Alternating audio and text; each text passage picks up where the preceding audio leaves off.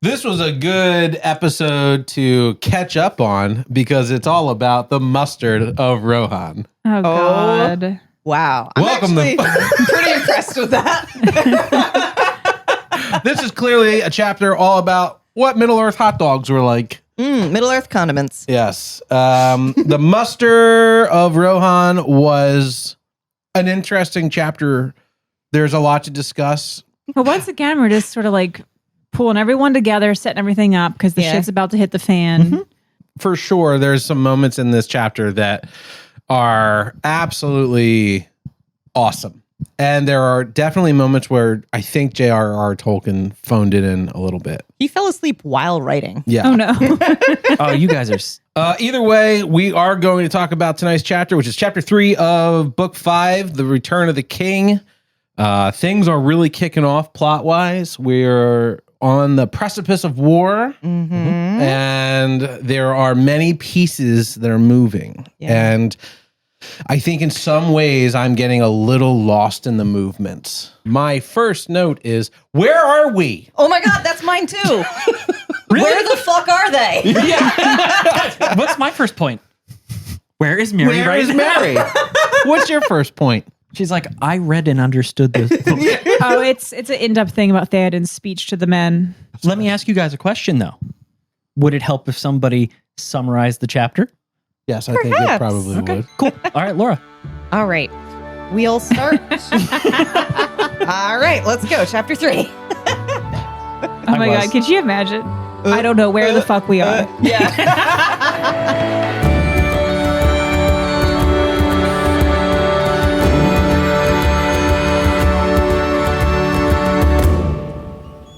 Last episode, we talked about Chapter 2, The Passing of the Grey Company.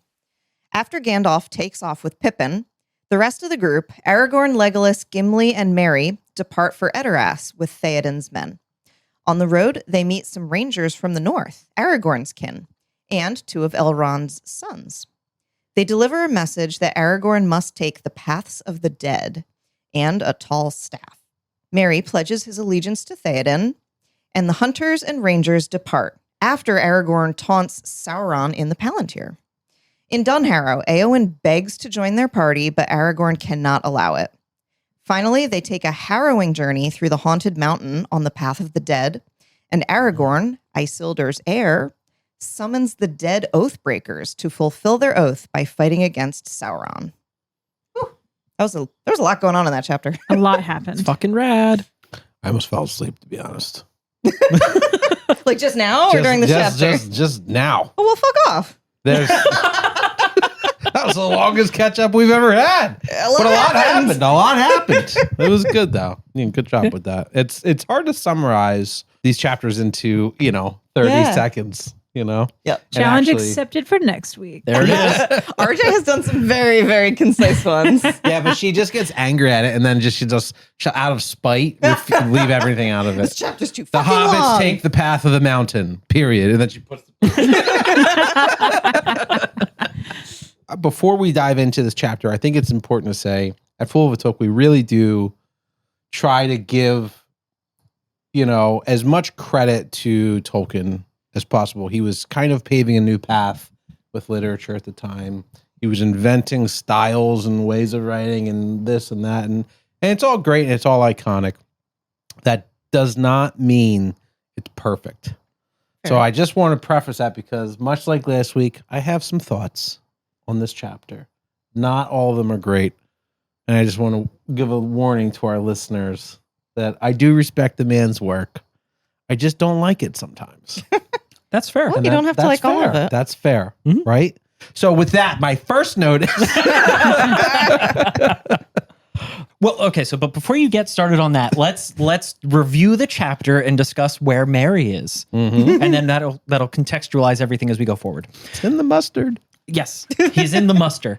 The Muster of Rohan is a great chapter. It kind of deals with a couple of big themes that you should keep in mind as we go through and stuff that probably became evident as you read the chapter.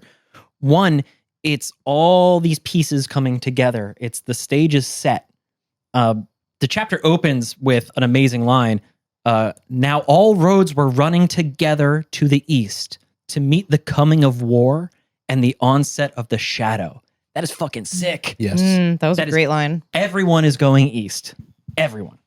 And everybody except Frodo and Sam are going to Minas Tirith because that's where the battle's going to be.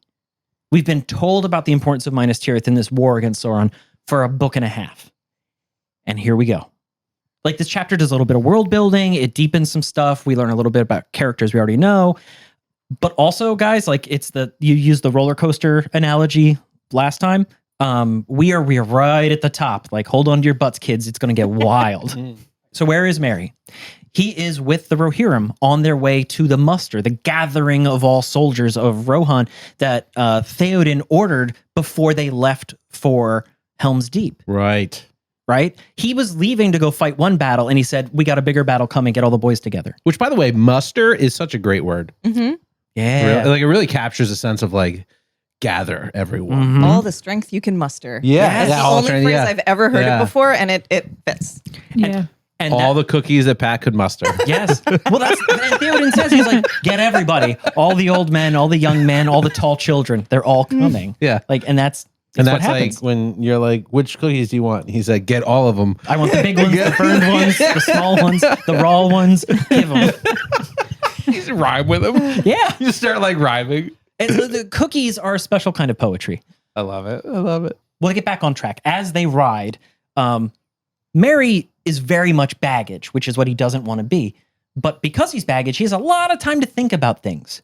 So we have this really cool moment where Merry's feeling very small in a huge world. He looks at the size of mountains and he's like, wow, these were really cool in stories, but I am so far from home and these things are terrifying. And this is just a piece of geography. It turns out water is not the only foe. Like, he's having kind of a bad existential time because he thinks about, like, oh, here I go. But where's Aragorn? Where's Legolas? Where's Gimli? Where's, oh my God, Frodo and Sam? I forgot about them. Yeah. Oh, also Pippin. I still miss Pippin. So he's having all these thoughts as they ride along, but he breaks up these thoughts by riding with Theoden, riding next to the king, which is where Theoden wants him because, you know, he's part of the household now. And what Merry's doing is telling Theoden stories of the Shire, like his people, what they do, their tales and everything.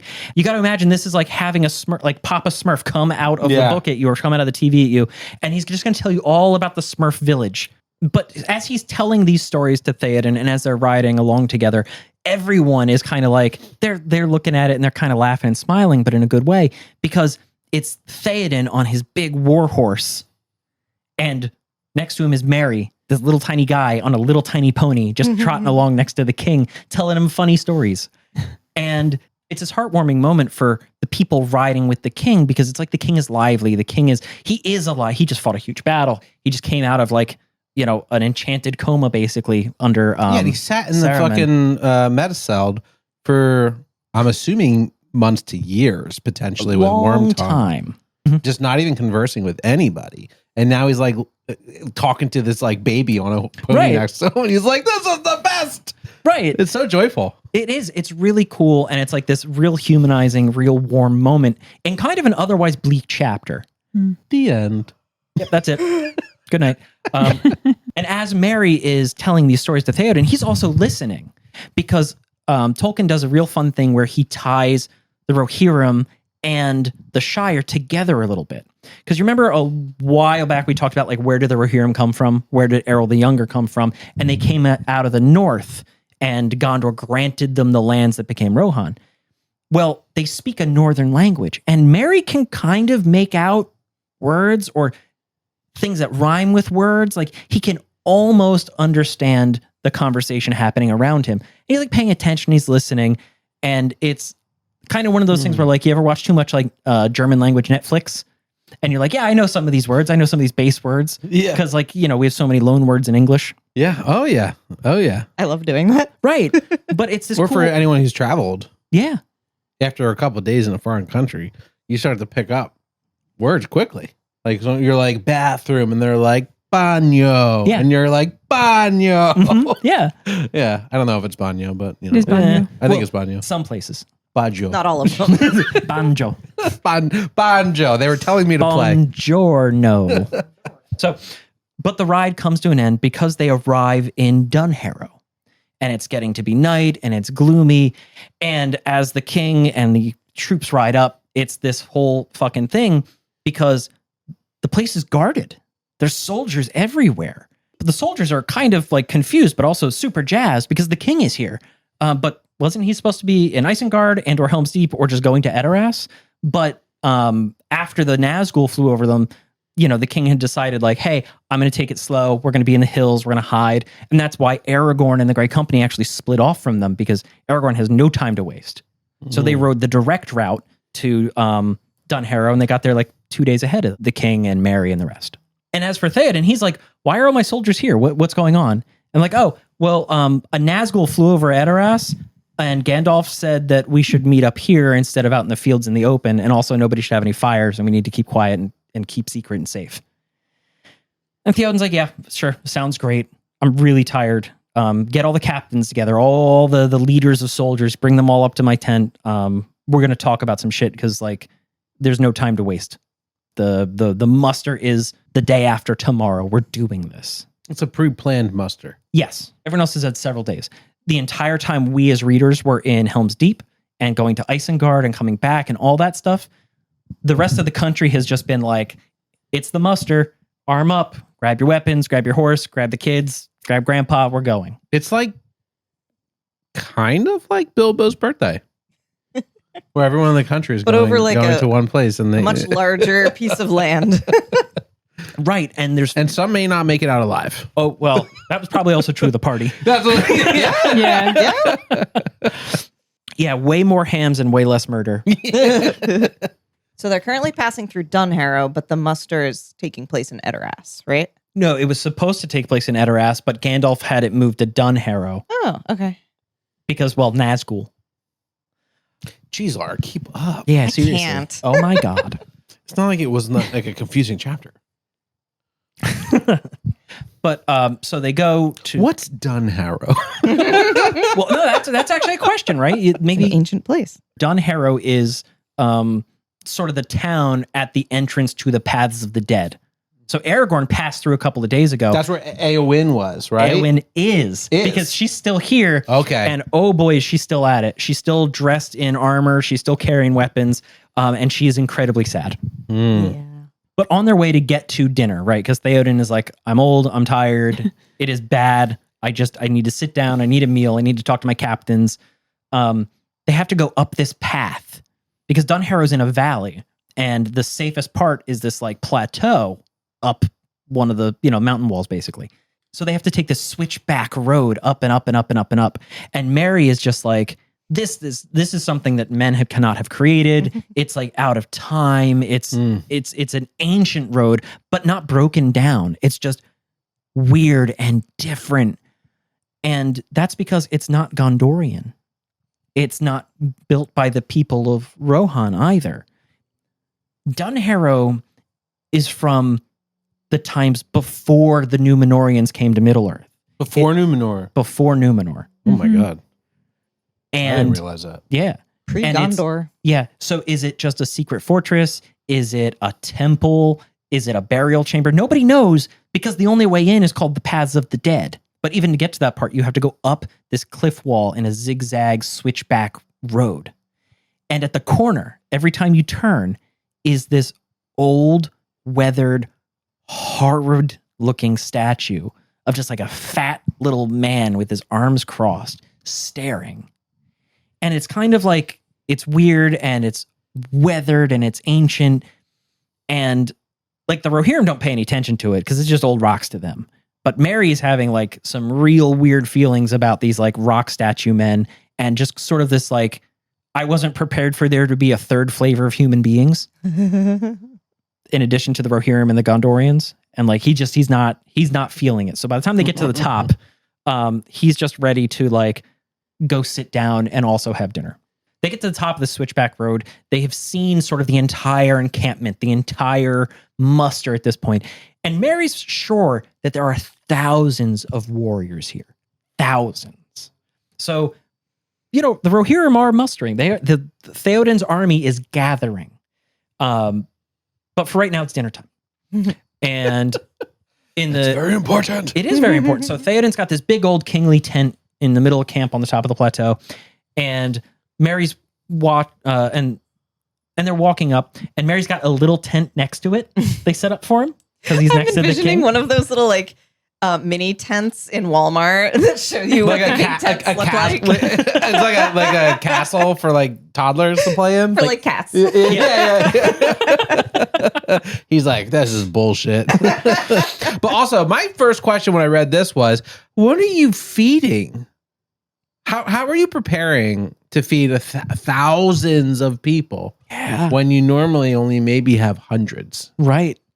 I guess they each have to bring their own food, right? Yep. Stale bread. Maybe. This is why they say that logistics is an incredibly important part of war, because it is. Because you can gather 10,000 guys together, but if they don't have water or food, you know what you have?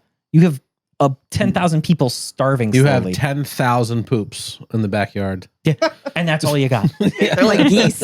Yeah. Jesus. All right, you too. I just keep thinking of the Valley Forge Museum. Yeah. Where they had like the ration of rum and then the tiny bit of like grain and beef jerky, and that was it. Yeah. The soldiers there that had to winter there with George Washington, the Revolutionary War, the conditions were fucking wretched, but they still got rum. They got more rum than bread. Phoenixville's around the corner. There you go. There's always rum near Phoenixville. Oh my God. There it is. That's the town after Valley Forge. Yeah, they were like, the men are starving and cold, but we'll give them alcohol. Yeah. We'll give them libation. Yeah. They'll stay for the booze. Well, what I'm getting from this is that Lembas is the original MREs. Right, but that's the good ones. I know. Yeah. There's bad ones. But it would be perfect if all of those soldiers had a little bit of Lembas bread. A little bit, yeah. Yeah. But instead, they probably just have like a bunch of like twice baked bread, which is like basically just hardtack. Hockey pucks. Which is hockey. Yeah, you just bake bread and like it's technically edible. Why do they keep making things where you have to cook it twice? You're done. You're done once, and then they go do it again. Twice as good. Fried chicken. Chicken Refried fried beans. steak. Double cooked bread or whatever you said. Double baked I bread. was going to say, until you got to that double baked bread, all of those things are really yummy. I don't know what double baked bread is. It's funny because there consistently is a habit in history. Sorry to throw us off topic here, but there are people who make things and they go, "It's done," and somebody comes up and goes, "Do it again," and you're like, "All right, I didn't want to start over," and they're like, "No, I didn't say anything about starting over. Just cook the whole thing again." Chris must be really hungry tonight. Why does that keep happening? I don't know. Twice baked hobbit. Ooh. Well, That's what Frodo and Sam are going for. The first time is for flavor. The second time is to savor. They didn't know to wash their hands before they made the food. So one bout of bad stomach issues, they were like, cook it twice. What's that thing that happens when somebody doesn't wash their hands, cooks for people? Dysentery. Typhoid Mary. Hepe, it's the one that happened to Geno's. Oh yeah, Hep B? Hepe. No, it was Hep B? it was Hepe because I made a joke about it being hepatitis yay at the diner around the corner from you guys. Yeah. oh my God. Oh yeah. And So, people hepatitis- died. Yeah. Shut down a whole Family Legacies restaurant in People 2 died. weeks because Because someone somebody didn't didn't wash. wash their Somebody didn't wash hands their hands. before making a salad. Yeah, it's a shame. Yeah. Well, Narstown. Oh boy. That boy. Oh, So- no town. Hey, fun fact. Historically, disease kills way more soldiers than war. Yes. Really? Yeah, for this reason. You get all these people together. They're not very well fed. The water's dirty. There's very little like sanitation. Yeah. And what happens? Close quarters. What happens? Everybody's drinking out of the same stream. Well, some people are pissing in it upstream. Some people are shitting in it upstream. And what are you doing? You're just getting your water. Yeah. It's bad. So I guess all this is to say that like the muster of the Rohirrim has to happen fast because all these men will die of something other than combat. They don't know about germs yet. Germ, who's that? I fought him last year. Probably an orc named Germ. Yeah. Hola, me llamo Germ. Hola, germ. Hi, my name is Germ Shit. For right now, the food is good. And Theoden gets fed, and Éowyn and Éomer are there, and Mary's there. And basically, Mary is kind of fed up with like, I don't know what the fuck is going on. He was so happy when Theoden decided to bring him along because he was like, oh, thank God, I'm hooked into what's happening. Now I have a path. And he's realizing he doesn't know what the fuck that path is. He doesn't know where it leads. He doesn't know what's going on. He's basically just like, hey, question for the table. Where's Aragorn? Eowyn, where's Aragorn? He fucked off down the paths of the dead. And everybody's like, that's bad. Are you sure? She's like, yes, absolutely. Positive. He went down the path to the paths of the dead 2 days ago and he didn't go back. And Eomer's like, fuck. So he's done then. Well, so much for that. And Mary's like, what do you mean? What do you mean Aragorn's gone and Gimli's gone and Legolas is capital G gone? What are the paths of the dead? Right. What are the paths of the dead? And they're very helpfully, they say, we don't really know because, again, it's a door guarded by the dead. So nobody goes in and nothing comes out except ghosts and scariness. But we do have one good ghost story. Ooh. And yeah, and they tell the story of like, So there's no fire, so it's just in the pitch black. yeah, they're just Because sitting they're hiding from the Nazgul. Nazgul. That's even scarier. Like, Who's talking? Who's telling the story? Somebody just holds a candle under their face and their beard catches on fire. Oh no. no, Gandalf said no flame. There's nothing. He said minimal flame. I love the idea that this is in total darkness in the tent somewhere. I know it's not for our listeners who are like diehard fans, but I just think it's funnier to imagine everyone in pitch black. Stop touching me. I'm looking for the salt.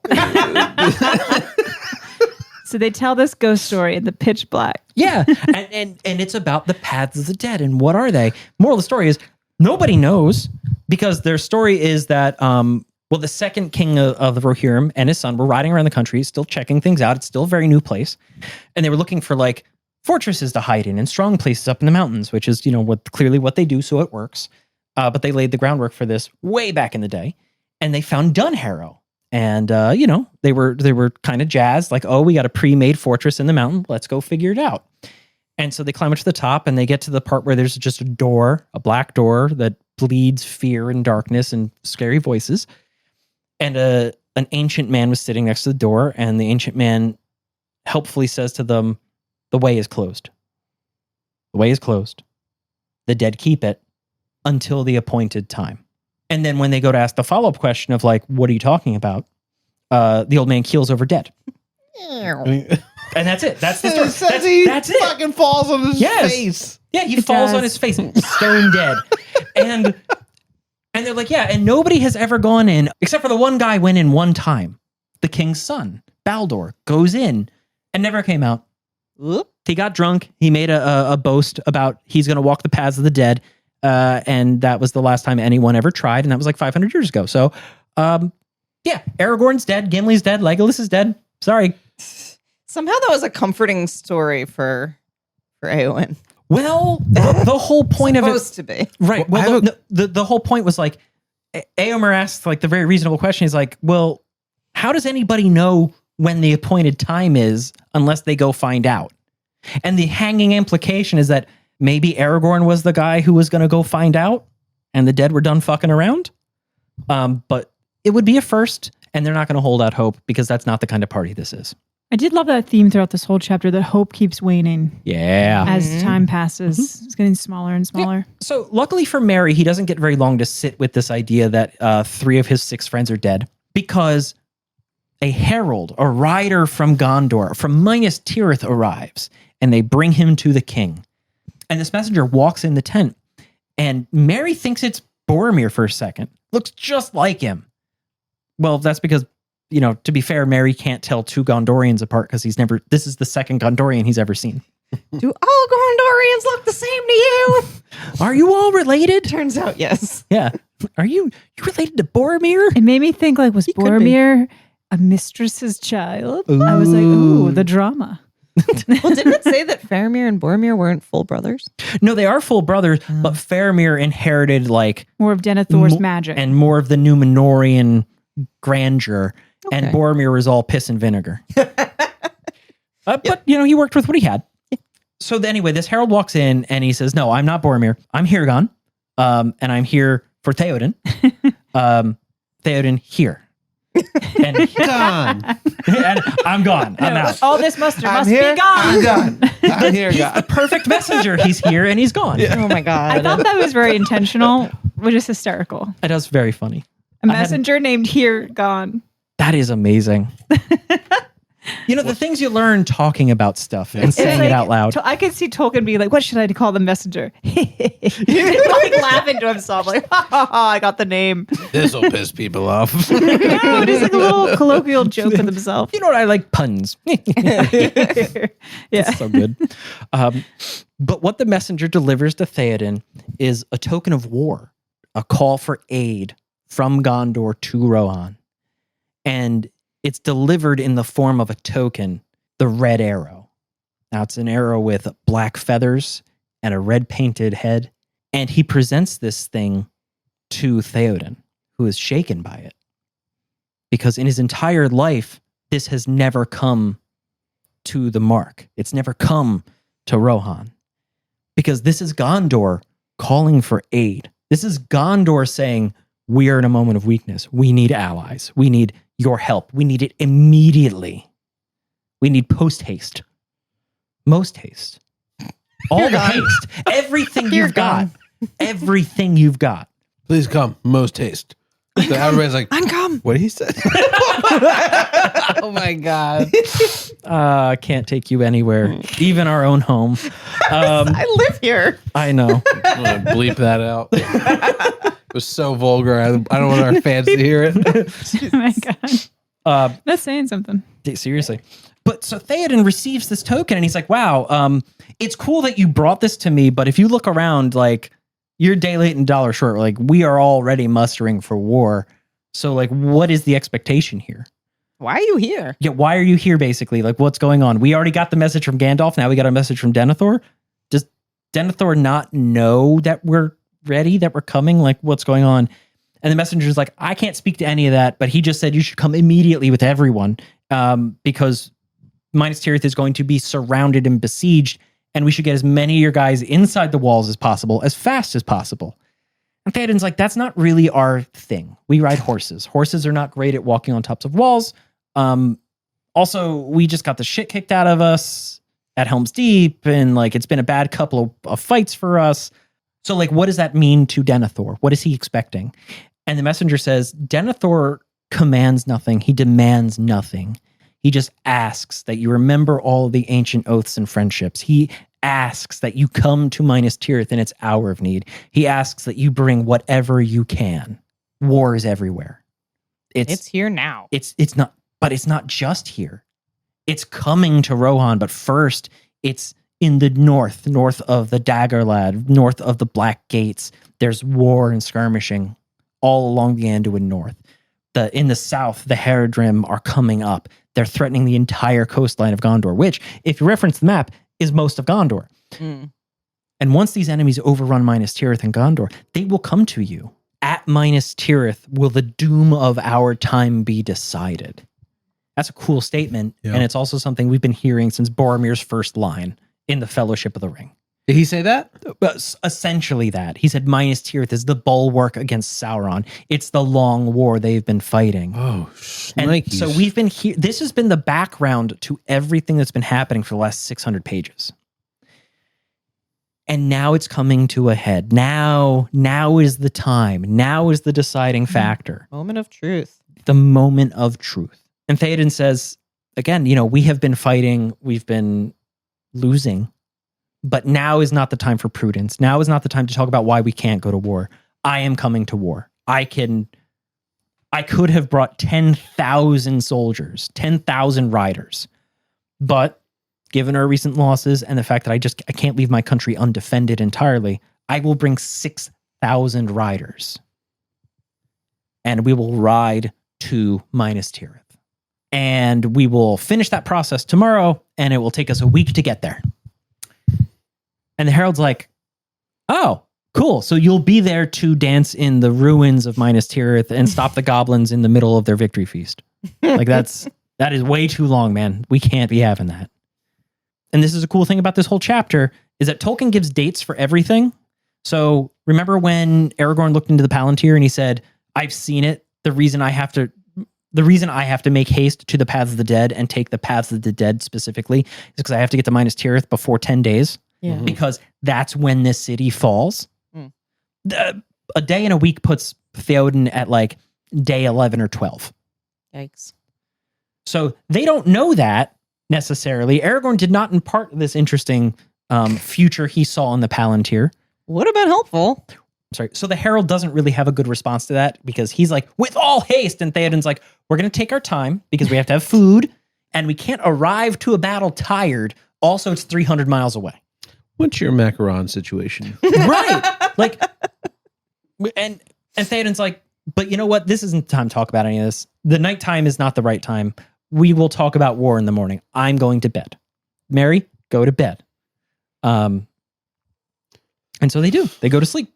And I had to think if this was Fellowship of the Ring, that is where the chapter would have ended. Right. Yeah. But we're past that. We've God graduated. damn it. Yeah. We no longer have a bedtime. We're Right. allowed to cover multiple days in one chapter now. Yeah. In one sentence. Yeah.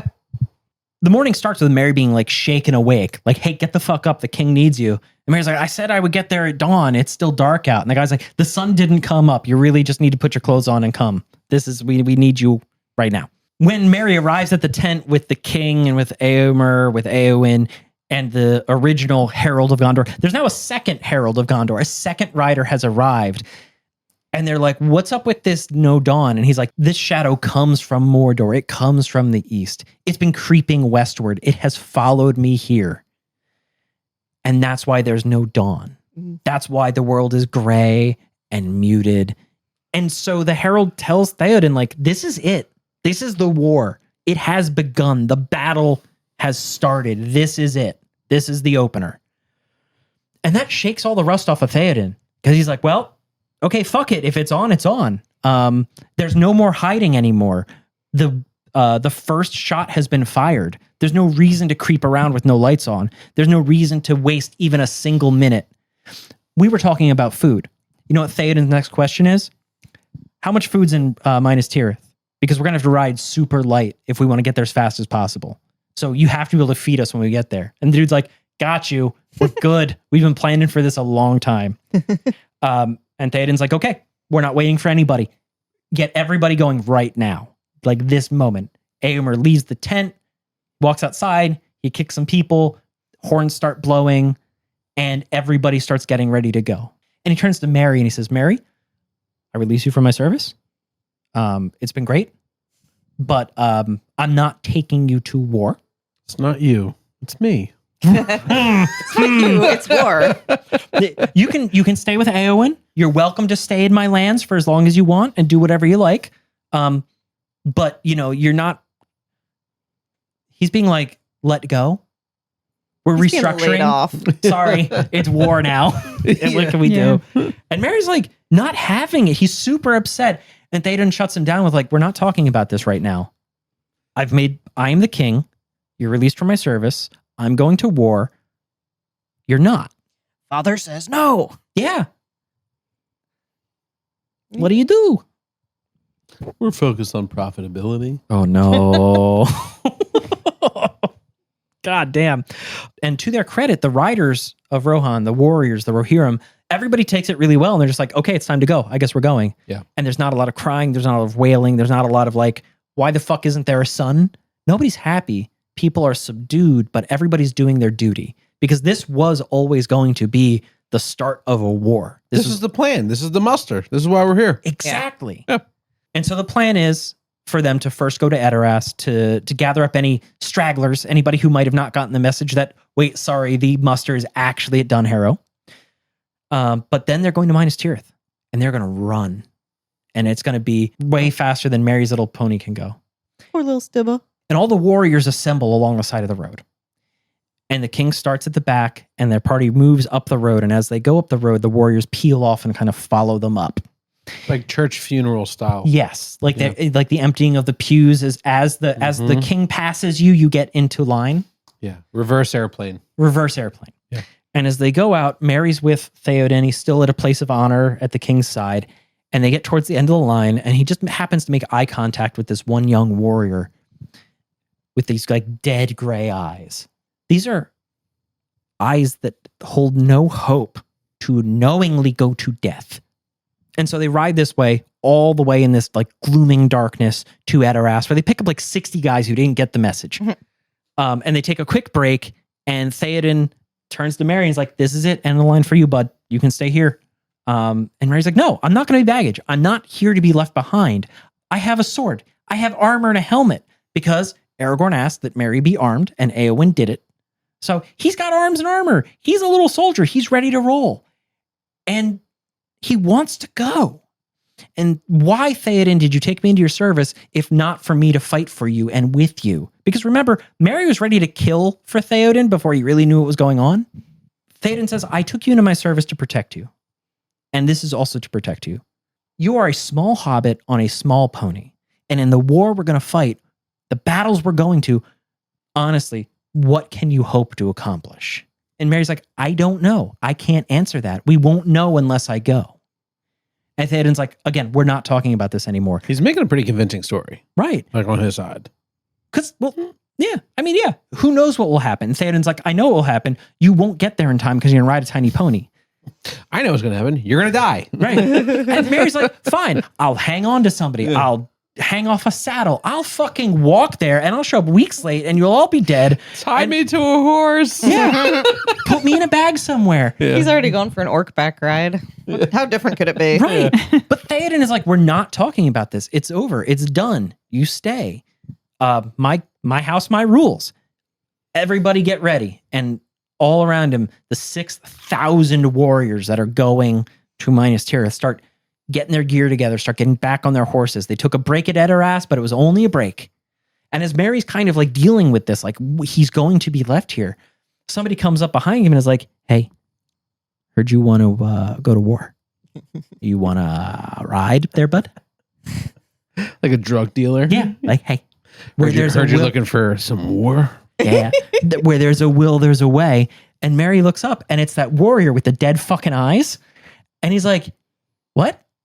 And this warrior's like, if you want to go where Theoden goes and you want to go fight, I'll take you with me. You can sit on my horse in front of me and I'll cover you with a cloak and we'll go. And we will both go to this war. And Merry's like overwhelmed. And he's like, thank you. Thank you. I don't actually know your name though. And the warrior looks at him and is like, oh, you don't? Well, then you can call me Dernhelm. Yes. And Merry's like, cool, rad. Where do we go? Shh, we're going right now. And they do. They hop on the horse together. The cloak goes over and they ride out like everyone else. The other 6,000 warriors, they get lost in the crowd. And again, Theoden has business. He's got war on his mind. They have to ride. And my God, do they have to ride? Because now they have to cover 300 miles as quickly as possible. And that's a hell of a distance.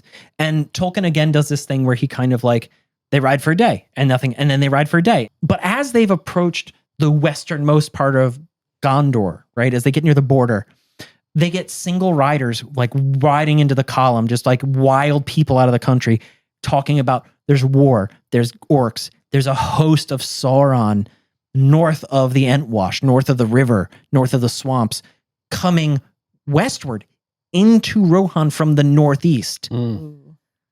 And Éomer is like, there is no time. The die is cast. We must continue. There is no turning aside. And that's fucked up because Theoden is leaving his country to be invaded again. But he's left 4,000 of his 10,000 men behind for this reason. And that's all he can do is hope that those 4,000 men do their job.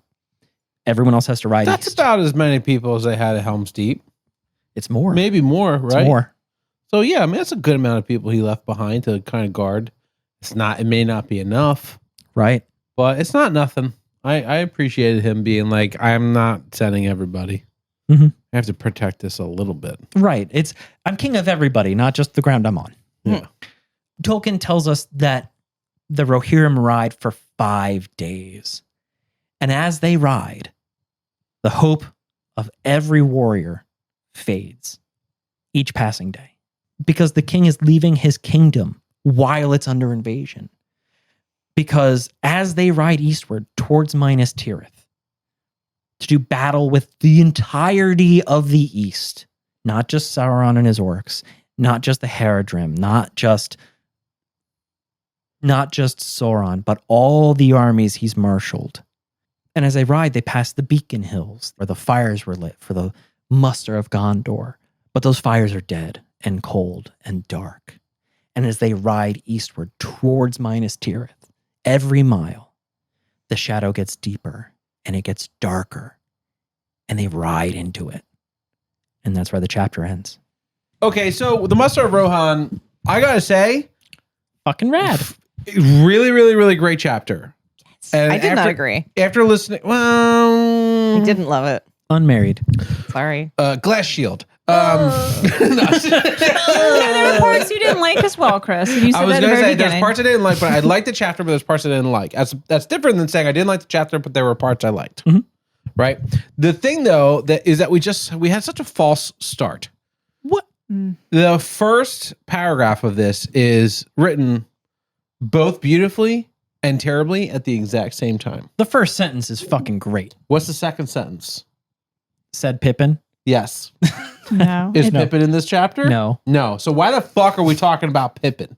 It was the simultaneous timeline. Let It us syncs know. up the timelines. Can you read that? Somebody with a book, read that sentence right now and tell me if this makes sense. And even as Pippin stood at the great gate of the city and saw the prince of Dol Amroth ride in with his banners, the king of Rohan came down out of the hills. Yeah. It's establishing that those two moments are happening at the exact same time. Yeah. Yeah. And I think that's cool. I actually like didn't that. need to. True. I felt like the whole chapter didn't What do you really mean need it to didn't happen. need to? You guys didn't even know where we were. Because of that line. That line did really fuck me up. RJ and I sat for 5 minutes reading it out loud to each other because as soon as we started, I went, pause, and I stopped it and I said, is it talking about Merry or Pippin? Because Pippin is not with the king of Rohan. Right. So And it says, as Pippin stands watching the prince of Well, and even as Dartmouth Pippin stood, it's past walk tense. out, so rides, so whatever. And I was like, okay. maybe you have a point, because I do have a post-it note with the timeline written All on right, it. what's that? Talk to me about that. So the interesting thing about Tolkien, again, for everybody, is that he didn't invent a new calendar. So everything is done in quote unquote Shire reckoning, which uses our normal calendar, 365 days, months, weeks, whatever. So in the reckoning of the Shire, on March 6th, Aragorn looks into the Palantir, reclaims it from Sauron, reveals himself, and then comes out and says, we got 10 days until Minas Tirith falls. Okay.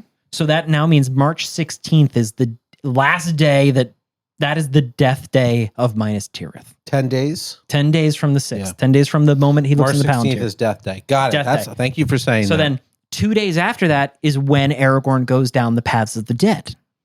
March 8th. 8th. And then the next day is when Merry, Theoden, Éomer, and the rest of the party gets to Dunharrow. They get to Okay. Dunharrow on the 9th. 9th. Then on the 10th is that morning is the Dawnless Day and the muster. The Dawnless Day So and shit, the they're muster. arriving on the 15th. Then they ride for 5 days and they're set to arrive on the 15th, The day before. Wow. the day before that Aragorn foresaw. The pre-death day. Yes. Wow. Death Day -1. Death Day Eve. Yes. Do they do presents? Yes, it's skulls, Yeah. but it's your friends. Oh.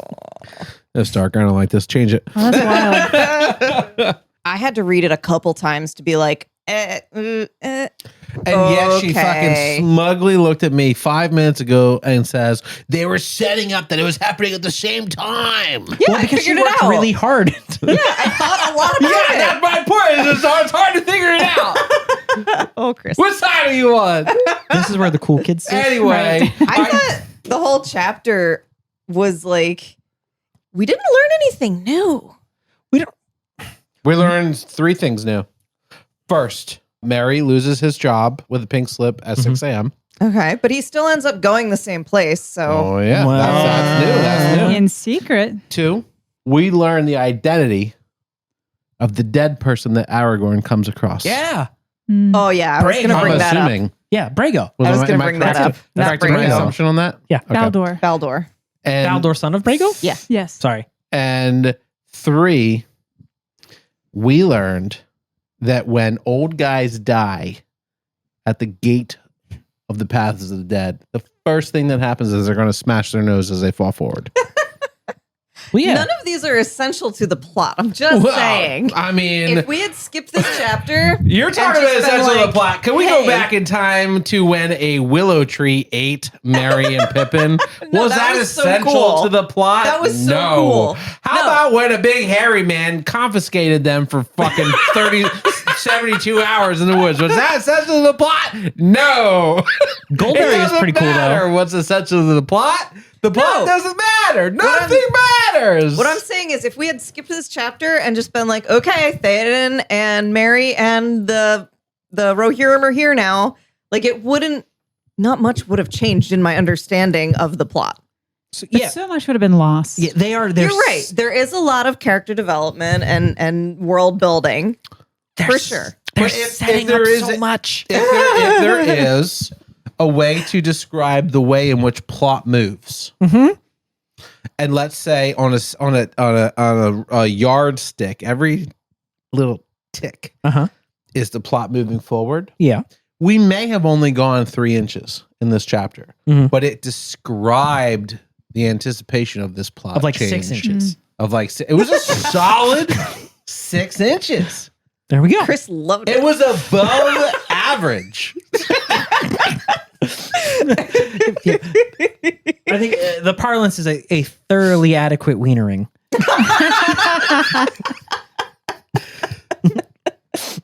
You can sit with I'm that trying for to a bring us second. back from where she was coming in. Yeah, you guys, You know? that's it. That's all I got. All right, never mind. Speaking of wienering, did anyone else find it like a Where is really this fun going? role reversal that Éomer was cautioning the wizened old king from battle and killing himself? Éomer was like, "Slow down, Grandpa." Even though I know he's not his grandfather, he was like, "You should have just ride His out uncle, recklessly." right? Yeah. Yeah. I'm just, but it's like he's like talking to your elder, being Grand like, uncle. "You should be more cautious. You Grunkle. should take a rest. You're old. Like, what has something Yeah. happened to you?" And Theoden's like, "Yeah, I want something to happen to me. I'm tired of being coddled and like put under a spell and sitting around doing nothing with my Always a life." king, Éomer- never a corpse. Yeah, Aramir's like, listen, there's a good chance that something could happen to you if you come out with us. Theoden's like, that's why I'm And going. Theoden's like, what time are you leaving? Exactly. What do you think this party's for? Yeah. I've been planning my own funeral for months. Well, because Theoden has a very good point because he says like great things are going to happen, Yes. and if I die, well, who gives a shit? Well, basically, he says, "What grief will it be, even if I fall, spending my last strength?" Yeah. Yeah. Right, He's I love that expecting part. it. He's I love that expected it part. for a long time now. Yeah. right. Because if we win, cool stories about Theoden. If we lose, who gives a shit? I Yeah. don't care. I'm Yeah, dead. he wants agency. He wants to go out on his own terms. Sure. Yeah. As Absolutely. he tells Éowyn and Merry to sit it out. Right. Oh, That's another parallel to this moment. This is Yes. setting up a great conflict later in this chapter. Yeah, he's like a little bit sexist. And he's a little bit tallest. He just has Heightist. a warrior's perspective. He's like, and now obviously Mary's on a child, but he's saying like the women and the children have to stay behind and the men will go fight the battle. That's like the mythology of this time. the women and the hobbits. But and also the Hobbit is better for storytelling and food and being a companion, not a warrior. He can't even fit on the horses. Yeah, it's like a football coach. I got the terrible feeling that Mary was being treated more like a jester. Or a child. Oh. Well, I agree in with his what you're saying. service I agree with to what you're saying. Theoden, he was being treated like a storyteller, a jester, like Entertainment. Entertain me. They called him an esquire, but he was like, entertain me with your stories of the Shire. And then as soon as shit hit the fan, he was like, you are released from my service. Goodbye. Well, like That felt Well, terrible. I'd like to bring up something you just said, which is something I looked up. After several chapters of being like Esquire, I know what Esquire is. Do I know what Esquire is? It's a lawyer, So obviously. let me. Yeah, no, I looked it up, and it was like 1 lawyer, 2 a young nobleman who, in training for knighthood, acts as an attendant to the knight. Oh, yeah. Esquire is a different way to say squire, Yeah. right? No. So, yeah, No, yeah.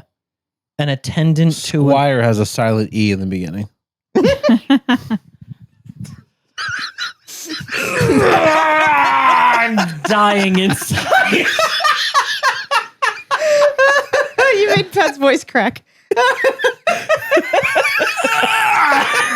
don't know what to do with this motion. How did you do this to me? I know what makes you tick. I didn't know I was angry about I know that. your yardstick very well. Oh my God. I think he may know you better than you know yourself. Jesus Christ. What just happened to me? I'm sweating. My These two face men is could red. not be any redder. If you're not watching. I started a podcast just so I could tell jokes about Pat on the air. You know? I thought this was going to be a serious literary endeavor. It's a drunk book club. What are you talking about? Oh my God. You were saying Esquire and Esquire. No. I was face. not. Okay, no, I got to get this back on track. Yeah. So let's talk about those ancient statues, right? That was so cool. Right, the things that Mary, as they rode up. They were one of my favorite things. They were very cool. They were, right? But we don't know fuck all about them except they're called Púkel-men. Púkel. And the Rohirrim don't pay any attention to them. It's really interesting that like Mary is so entertained by these statues. To be fair, the way that they are described is almost grotesque. Yes. Pot-bellied, squatting men with their like arms crossed Huge over their... and clumsy-limbed, squatting cross-legged with their stumpy arms folded on fat bellies. Yes. They reminded me of some of the town folk from Dragon Ball Z, the old show. I was thinking Buddha stones. I don't know if- Yeah, I was thinking like awful Yeah. Buddhas. Yeah. Like Yeah. Did evil you guys Buddha. watch Dragon Ball Z growing up? Mm-mm. Uh-uh. No. Nah, that explains it. But there were a lot of like characters like that just sort of had like old village folk vibes Yeah. Mm. with like the monk, you know, sort The of like beads and all. beads Yeah. and like Interesting. very jolly, Well, yeah, short, fat characters. Yeah, the happy Buddha is fat. Yeah. It's a very weird thing, and it's described as being part of this like pre-Gondorian culture. Yeah. So the Rohirrim don't pay any attention to it because it's just another weird fucking thing about this weird evil valley. Yeah. Yeah, like they've not understood them as long as they have been there. Nobody that they know or descended from has any information about them. They have one story. Yeah, it's interesting. There's one line that says, the Rohirrim heeded them little, for no power or terror was left in them meaning the statues. I like that. But Mary gazed at them with wonder and a feeling almost of pity as they loomed up mournfully in the dusk. So there's just these remnants of a lost civilization in time. And so the new generation are like, they're like, these are nothing. This speaks to so much of the world currently, Yes. right? And it's like Mary can see them with these fresh eyes and see that it's like this forgotten thing from a generation gone. And even though he doesn't understand it, he sees it in wonder. I mean, it makes him sad because they are forgotten and they're ruined and most of their faces are worn off. So they just have these dark holes instead of eyes. It just looks sad. And it really strikes him. Because that could be the future of Gondor if they don't fucking hurry up. It could be the future of Yeah. all of them. Right. And like storytelling and like legacies is so important to these cultures that we're reading about. And so the fact that that culture is gone and forgotten is it's a lot. It's a lot to comprehend. Well, maybe they were assholes. Could be. They were assholes. This is the culture of the oath breakers. Yeah. Yeah. These are the men who There built might this have been place. a choice to forget. That's true. Probably. point. Well, because Or they all died because they broke their oath. right because Well, they were cursed. Died. No, they it Didn't was fully bad. die. They just got ghosted. Yeah. I thought it was really like a fun, again, role reversal, a flip on the fact that like everybody treats Mary like he's this foreign cool thing. And Mary's in this part of the world where he's like, I've never seen anything like this. No one I've ever talked to has ever seen anything like this. Mm-hmm. And he's the same to the people watching him see these things. Yeah. He's It's out of his neat. element. Yeah, I mean, it's this like it's an example of Tolkien's writing where the world is old and layered, right? Yeah. It's fucking great. There's something that comes up shortly after this where they talk about sundered. Mm. Hmm.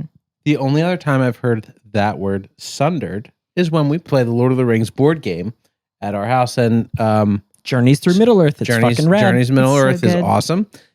And I've never heard sundered before, but that's a way of attacking in that game. You can sunder somebody, an enemy. Usually an orc. And it breaks their armor. Do you know what sundered means? Like to break.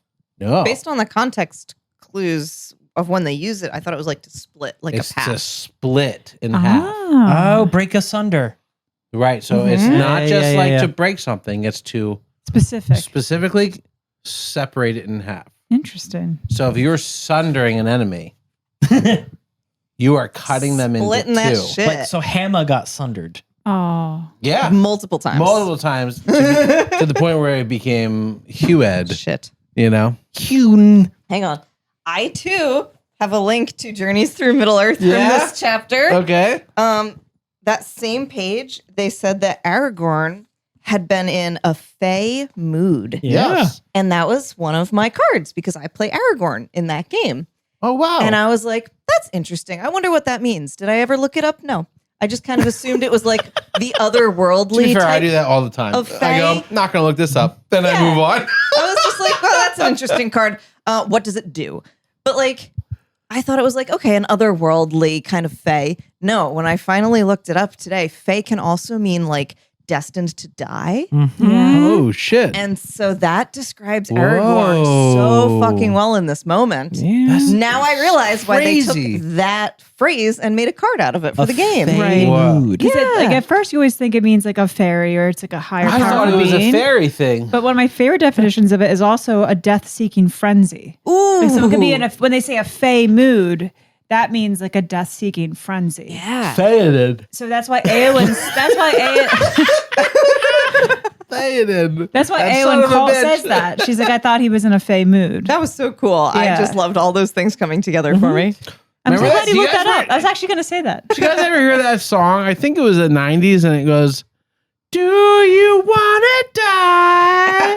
Oh my God. Yes. And then Theoden's like, "Yes." Yes. So I want to, before we leave Dunharrow and before we move on, I want to talk a little bit about that because Tolkien is a deliberate person. He makes choices. Like we laughed about how Hirgon is a funny name for a messenger, Yeah. here and gone. But Dunharrow is a specific choice for the fortress place town at the base of the haunted mountain. Okay. It's two words, Dunharrow. Dun meaning like dark. Harrow meaning like a harrowing experience, like a bad, unpleasant, traumatic experience. Mhm. That's the name of this fucking place, right? Dark and harrowing. Right. And what is it? Why is it called that? Well, because it's the opening to the paths of the dead. Mm-hmm. Nothing beats a jet to holiday. Harrow. It's just like villagers like running from ghosts. Like, Well, like that and like the broken teeth path and like all this shit, right? and Like then you the- just see the fat statues that are grotesque.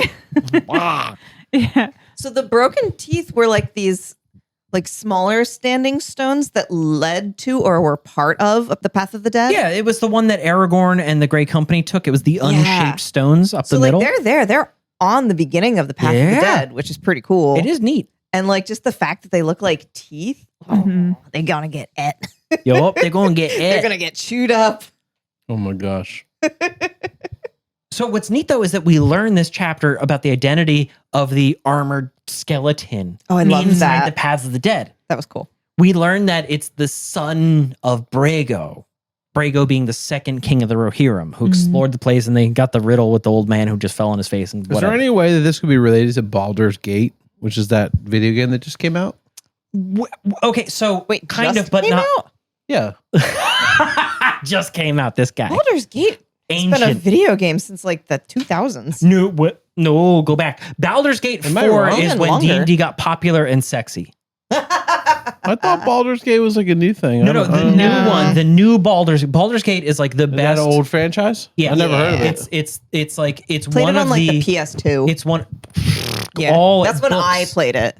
Books. So real quick, it's one of the most famous Dungeons and Dragons IPs because way back in the day, Wizards of the Coast put out a contest for like, hey, if you have a cool world that you've built, Tolkien would have won this contest hands down, by the way. If you have a cool world that you built, send us everything you have and we'll publish it if yours is the best.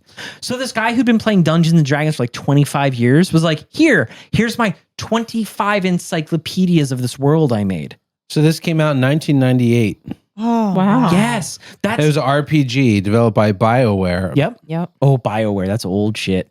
So yeah, it's Baldur's Gate. So the one that you guys are probably all Set in familiar the with, Forgotten Realms. Forgotten Realms. Yeah, that was the winning thing. Interesting. Yeah.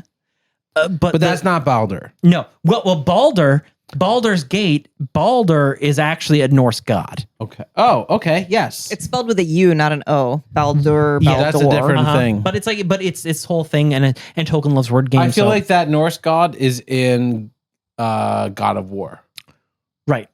And I feel like I've met Baldur somewhere. So we have Baldur, Baldir, but we have son of Brago. Who's Brago? I want to bring up Brago because when I read that, I was like, there was a worm in my brain going, Brago. Do you guys know where that comes from in the like Tolkien thing? Do you know what I'm getting at? Good guess. Very good guess. Brago does not appear in the movies, Okay. Right. but a Brago is in the movies. They give Aragorn a horse in the movies, and the horse's name in the movies is Brago. Really? Yeah, because he whispers to the horse like Brago, and that's Oh my God. Yeah. and so Viggo Mortensen loves horses, right? And he forms this really like deep bond with the horse that is Brago. He has had- excellent taste. At the end of the movies, he's like, I want that horse. He adopts that horse. Yeah. So his Dang. horse, Aragorn's horse in the movies is Viggo's horse in real life. Well, he probably dead now. Vigo. It's been a bit. It's been a couple of years. How long do horses live? 20 years? 30 is a pretty 30? respectable age. Ancient. Wow, really? 30 is Yeah. ancient for a horse. It's a 30 is respectable age. ancient. They can No, live to most 40. horses get shot before they're 15. Jesus, Oh, Pat. jeez. What? Am I wrong? Not true. Oh, okay. I'm wrong. I feel like the red hour is a very significant thing that's written in the chapter. Mhm. And it carries weight, obviously, when it's presented. I feel like we're missing the moment where Denethor gets the red arrow out. Mm. And it's like, it's time. And the people in Gondor are like, are you sure? Mhm. Like, I feel like that moment would have been better in like, and one of the earlier chapters, like presented as like, you know what I mean? Yeah, if they had introduced the red arrow before we actually saw it. Yeah. Like it feels like the GIF scene when we leave Lothlorien, where you receive an item from somebody of significance, but we don't have the time spent with them to really give a shit. Right. I bet you it got edited out because his first draft was like 3,000 pages long. Probably. I mean, it could have I'm happened. assuming like it happened in chapter 1 when he saw how little people were sent to him after the Yeah. beacons were lit. And he was like, shit, Yeah. I got not even half the number I asked for. And then I'm just assuming the scene got deleted there where he was like, bring me the red arrow. Yeah. You know Yeah, what I but- mean? but- Fuck. Let me Yeah. paint a picture for you, because think about how amazing it would have been if while Pippin was talking, Pippin notices an arrow being painted red. Or just like somebody riding like hell through the streets. Well, With like a crate full of red arrows. Oh my God. Well, so like I have like two big thoughts on that. One, Tolkien doesn't really do that to us very often though, right? He doesn't show us something without explaining it. He shows it to us in the moment and gives us an explanation of it. And it's kind of weird. It's just one more thing lost in the there's background. usually a payoff with him. There's a broken sword. The sword is reforged. There's a cloak that camouflages you. Oh my God! Thank God you have something that camouflages you from the thing hunting you. Like there's always an A to a B, and sometimes he skips B and he goes A to C. He definitely does that. But the bigger thing is like we already know that Gondor is calling for aid. Yeah. We know that because we've been in Gandalf and Pippin's scenes. We've seen the beacon lights go. That's the bigger payoff. Yeah. The red arrow is a very cool piece of world building, but all it does is reinforce this idea that Gondor is going to war and pulling everybody they can find. Agreed. But to your point, right? And I think what you're getting at, it feels like a couple of fucking weeks too late. Yeah. Right? It feels like what's next? They're gonna have an orange ticket. The golden ticket. Yeah. Like, and then finally in chapter 5, they're gonna have the brown sage fucking sack. Yeah, you get Like it's just it's an inanimate object that's given weight to mean something. I'm right there with Theoden being like, what do you want from me? I'm ready to rock. We're ready to go. We're on our way. I was a little confused by that whole interaction between Theoden and the messenger. The messenger was like, oh, here's the red arrow. We need your help now. And Theoden's like, well, don't you know we're a spread out community and it takes a very long time to get all our soldiers together. And the guy's like, well, I don't know. Whatever. Denethor should know this.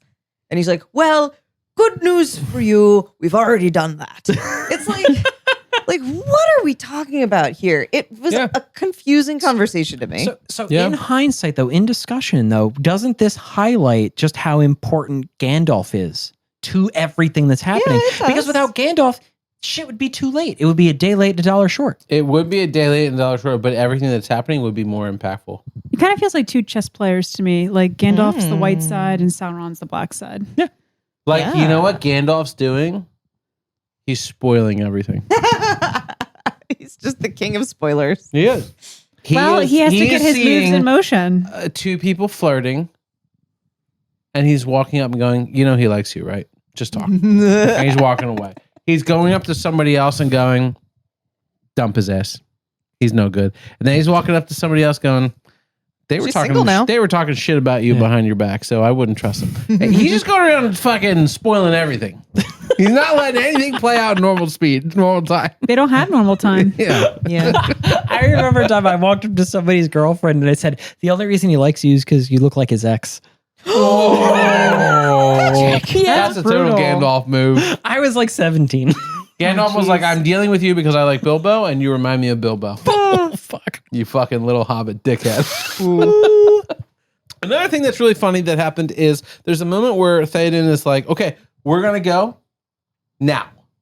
Get everybody together. We're leaving now. Changed my mind. No. And he says, let the riders be marshaled. Yeah. However, I had worked all weekend, long hours. I was tired. Well, I read it as, let the riders be marshmallowed.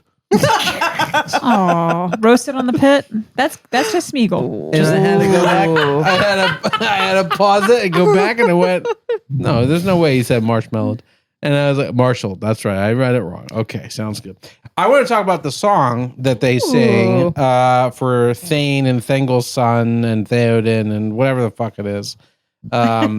It's long. It's obnoxious. It doesn't rhyme at all.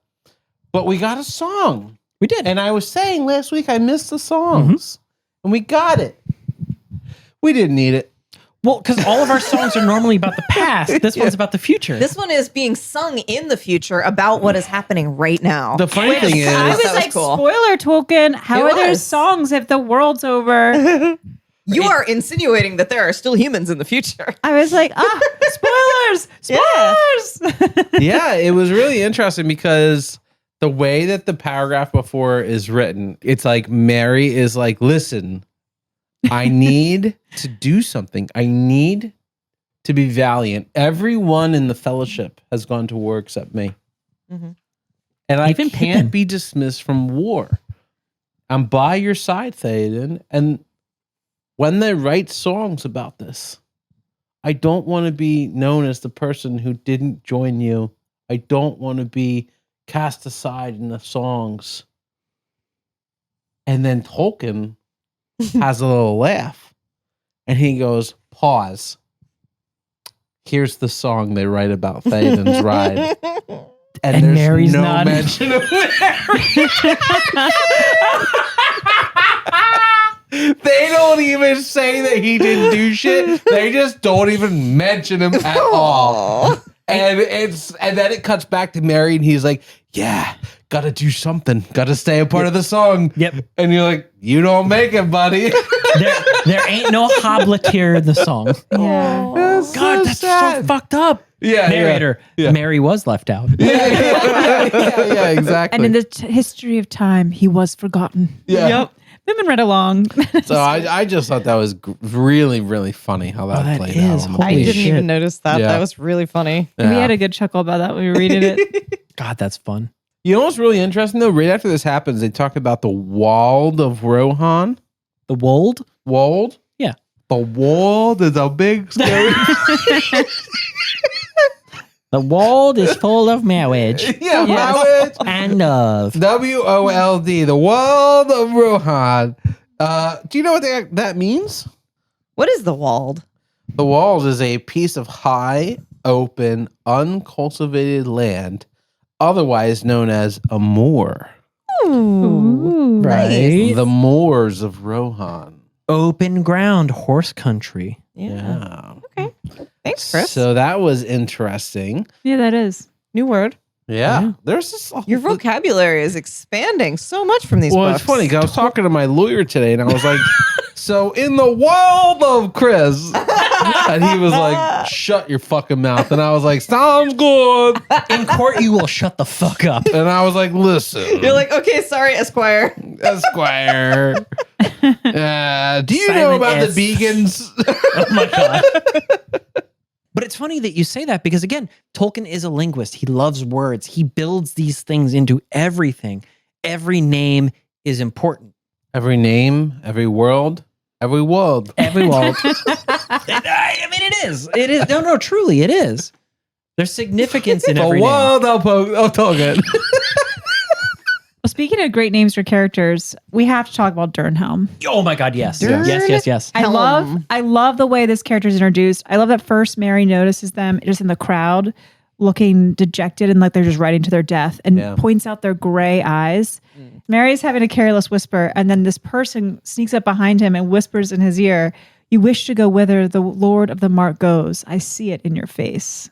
And Mary says, "I do." And then they say, "Then you shall go with me."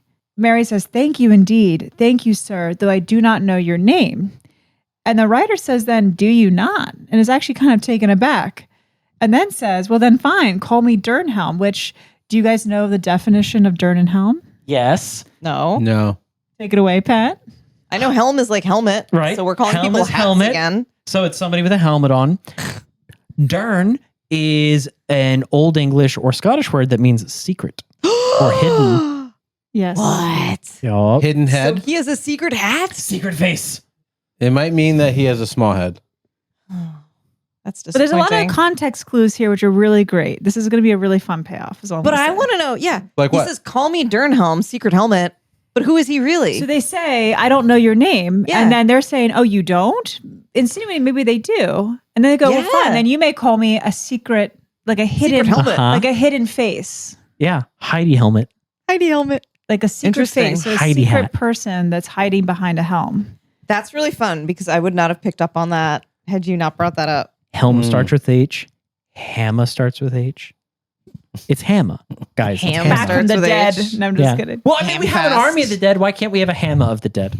No, but I just think it's really, really clever the way he chose that character's name as hidden helm or secret helm, or I like to say face too because that could also be interchangeable. Yes.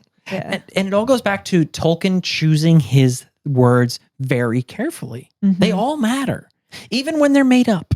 Also, one last thing at the very end of the chapter, they start naming off the names of the Beacon Hills. And I was like, oh, finally, all that lore and history and geography of chapter 1 paid off. Because when they said the 5 names, I said, oh, they only said 5 beacons, not 7. So they almost got to Gondor. They have 2 more beacons till they reach Gondor. I knew exactly where we were for once. I knew exactly how far they traveled. And just because he didn't mention the last 2 names, I was like, look at that. Well, I didn't. This girl's on fire. Where are we? They're on a road. You guys are like, They're going east. what? If only they told us where we are. And she's like, they said exactly where we are. Archie's like, I will point you out on the map within a 50-yard radius. And you guys are like, what country are we in? Yep. You guys, the most important fucking thing rad. is that Theoden has his priorities straight. He wants to die. But first, He wants to eat. All right. Yeah. And so much he even says to the guy, hey, what's your treat situation? That Right. Before we talk about war, what'd you bring in for treats? Yeah, it was a treat situation. So do we have a treat? We have such a cool treat. All right, let's Yay, I fucking go. can't I want a wait. treat right now. So very clearly, these are Uruk-hai penises. oh my God. Thank you, Chris. I noticed the circumcision. That makes all of my baking experience feel so good. Oh no. So for people who are only listening to this nightmare, It is a nightmare right now. I hate this. Laura has made a chocolate-covered treat that is the red arrow. Thank you. It is the red arrow. It's a series of red arrows. It's a clutch of red arrows. Yeah, it's not there's just really the one. should only be one, but I figured we might each want to have one for ourselves. Yeah. A chocolate-covered pretzel rod, Mhm. and I made little black feathers out of dark chocolate, and I stuck those on the end. And then the red tip of the arrow is, of course, a strawberry. Ooh. This arrow would fly to the right because it has only 2 feathers on Listen. it. Chocolate work is very difficult. Okay, Legolas. And it adding cake? a third arrow, adding a third feather would have been fucking impossible. I like the idea of Boromir getting shot up with arrows going, is it cake? Is it cake? Because Shire goes, but it's an arrow cake. I'm like, no, you've been shy. He's like, oh, another arrow. Is that one cake? No, you're dying. The thing I discovered shortly after starting these was that all pretzel rods are not straight. They have a slight curve to them. Well, Pat and I Well, could've these are told you that. ceremonial. These are ceremonial arrows. I don't think they really actually fire the red arrows. That's good because they wouldn't fire. Wow. That was sweet. That happened. Yeah, how was it? Chris It's just very fed good. Pat. Yeah, What? I said Chris just fed Pat. that's right. More Of course I accurately, did. Pat just bit the tip off of Chris's arrow. Yeah, but everybody's cool with it. It was consensual. Spit it out quick! Spit it out! I'd come!